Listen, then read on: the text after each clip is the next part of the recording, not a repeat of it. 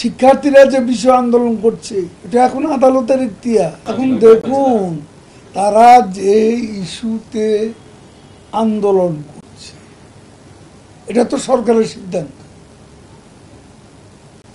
আদালত গিয়ে ভিন্ন রায় দিয়েছে। এখন আদালতের ব্যাপারটা যখন চলমান, এটা অ্যাপিল বিভাগে আছে।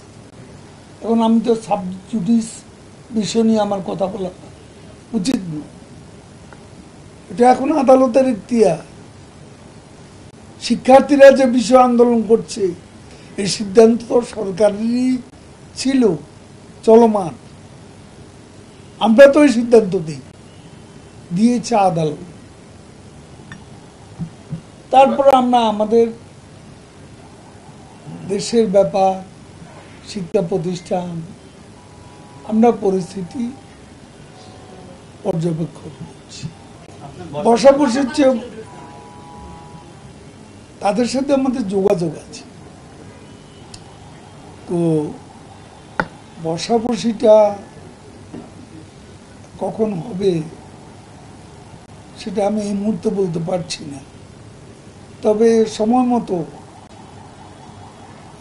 সমাধান